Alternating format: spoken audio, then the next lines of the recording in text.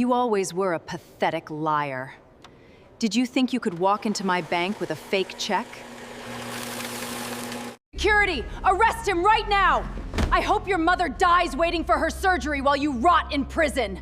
The motorized blade of the industrial shredder whirred to life with a high-pitched metallic scream. I watched in stunned silence as my ex-wife fed $5 million into the teeth of the machine. The crisp, certified check, the literal lifeline for my mother's life-saving surgery scheduled in less than 6 hours, was reduced to confetti in seconds. She leaned across the polished mahogany counter of the high-end private bank, a triumphant, malicious sneer plastered across her face. "You always were a pathetic, desperate liar," she sneered loud enough for the entire lobby to hear. "Did you really think you could walk into my branch with a forged cashier's check and pull off $5 million? You're broke. You've always been broke, and now you're going to prison." The security guard stepped up behind me, grabbing my arms and slamming my hands onto the cold marble desk. Surrounding clients turned to stare, whispering as she dialed the police, holding the phone like a trophy. She looked me dead in the eye and whispered, "I hope your mother dies waiting." That was her first mistake. She had no idea what was actually coming. But to understand how we got to that room, you have to go back 2 years. When my ex-wife walked out on me, she didn't just break my heart, she dismantled my life. During our marriage, I worked 80-hour weeks building a niche logistics and defense tech company from the ground up. I poured every penny, every drop of sweat, and every piece of my soul into that business. She, meanwhile, lived lavishly, using my income to climb the corporate ladder at an elite private wealth bank. When the company was still in its fragile infancy, she blindsided me with divorce papers. She hired the most ruthless attorneys in the city, exploited every legal loophole, and stripped me of our home, my savings, and my dignity. During the final court hearing, she looked at me with cold contempt and said, "You're a failure. You'll never amount to anything, and I'm not spending another youth-filled year attached to a dead end." She took 80% of everything I owned. What she didn't know was that she left me with the one thing she couldn't take, my brain. Shortly after the divorce, my mother fell ill. A rare, aggressive cardiovascular condition required a specialized procedure that cost astronomical sums, available only through private medical teams who demanded full upfront payment. At the exact same time, a massive government contract my startup had been bidding on for 3 years finally cleared. I didn't sleep for months. I lived out of my car parked outside the hospital, refining software, securing patents, and negotiating with institutional investors.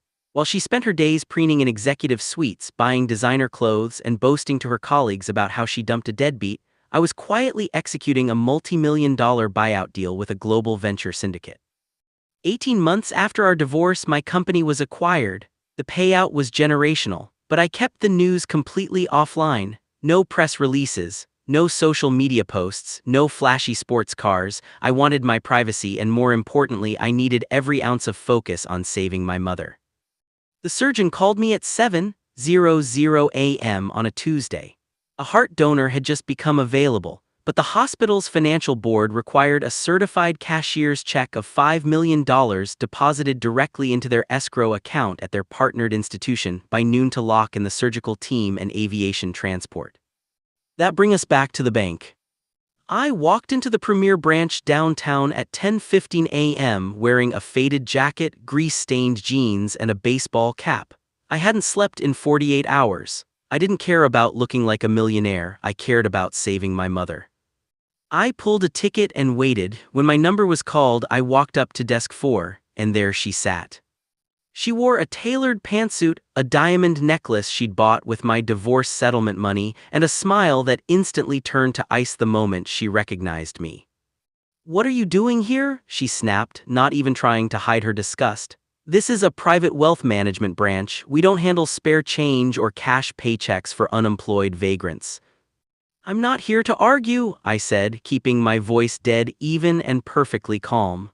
"I need to deposit a certified check into the St. Jude surgical escrow account. It's time sensitive." She scoffed, reaching out and snatching the check from my hand. The moment her eyes landed on the figure $5,000,000,000, her face twisted into pure, unadulterated venom. $5 million! She burst into a harsh, hysterical laugh that echoed across the vaulted ceilings of the bank floor. You couldn't even afford a decent attorney 2 years ago. Where did you get this? Did you print it in your garage?" "Verify the check," I said quietly, Call the issuing Federal Reserve Clearinghouse, check the routing number, just process it. I don't need to verify trash, she sneered.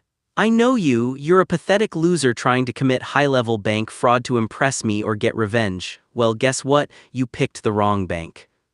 Before I could speak, she slid the official, certified check directly into the desk-side document shredder. My stomach dropped into an abyss. What did you just do? I destroyed fraudulent documentation, she declared loudly, standing up and pointing a finger at my chest. Security, grab this man, he just attempted to pass a forged $5 million draft. Two heavy-set security guards tackled me against the desk, forcing my arms behind my back. The teller line gasped. High-net-worth clients stood up from their leather armchairs, pulling out their phones to record the scene. She stood behind her desk with her arms crossed, a look of sadistic joy in her eyes. You thought you could come into my sanctuary and play big shot? You're going to federal prison, and your sick mother, good luck to her. Remember that detail, it matters later. I didn't scream, I didn't wrestle with the guards. I slowly raised my head, looked her dead in the eyes, and said, You just ruined your entire life. She laughed again, taking a step toward me. Oh really, by stopping a criminal I'm getting promoted for this. Right on cue, the heavy double doors of the executive elevator chimed open. Down the carpeted hallway walked the regional managing director, the highest-ranking executive in the entire state, accompanied by 4 senior board members in bespoke suits. My ex-wife's face lit up. She smoothed her jacket, strutted toward the director, and raised her voice so the entire floor could hear. Director, sir, I've just single-handedly intercepted a massive fraud attempt. This man, my deadbeat ex-husband, tried to clear a fake $5 million check. I shredded the document and called the authorities. She expected a handshake. She expected a promotion. Instead, the director stopped dead in his tracks. His eyes swung from her to me, standing in handcuffs between 2 security guards. The color instantly drained from the director's face. His mouth fell open. The pen he was holding slipped from his fingers and clattered onto the marble floor. Silence swallowed the entire bank. Sir, my ex-wife asked, her voice faltering slightly, are you all right?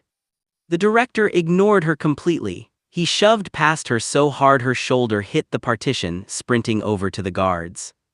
Get your hands off him, the director roared, his voice cracking with sheer panic. Release him right now, what the hell do you think you're doing?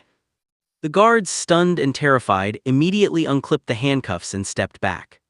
My ex-wife stood frozen, her eyes wide. Director, what are you doing? He's a fraudster.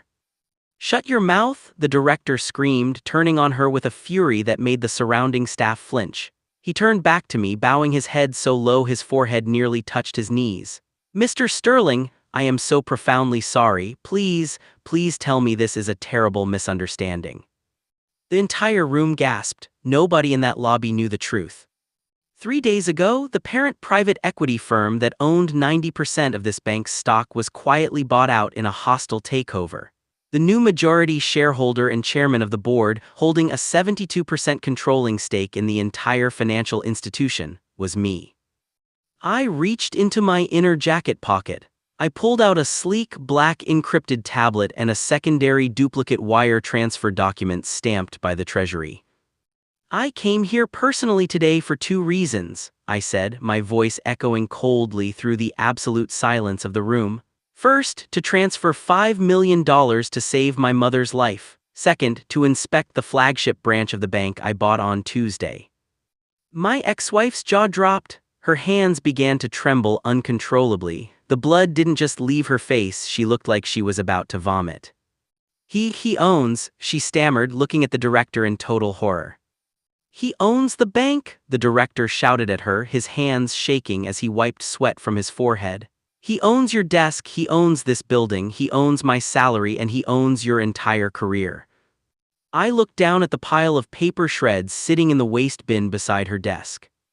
You just destroyed an official, verified, state-cleared Treasury instrument, I said quietly, which, under Section 1001 of federal banking law, is a felony interference charge, and you did it intentionally to deny medical funds for a critical patient.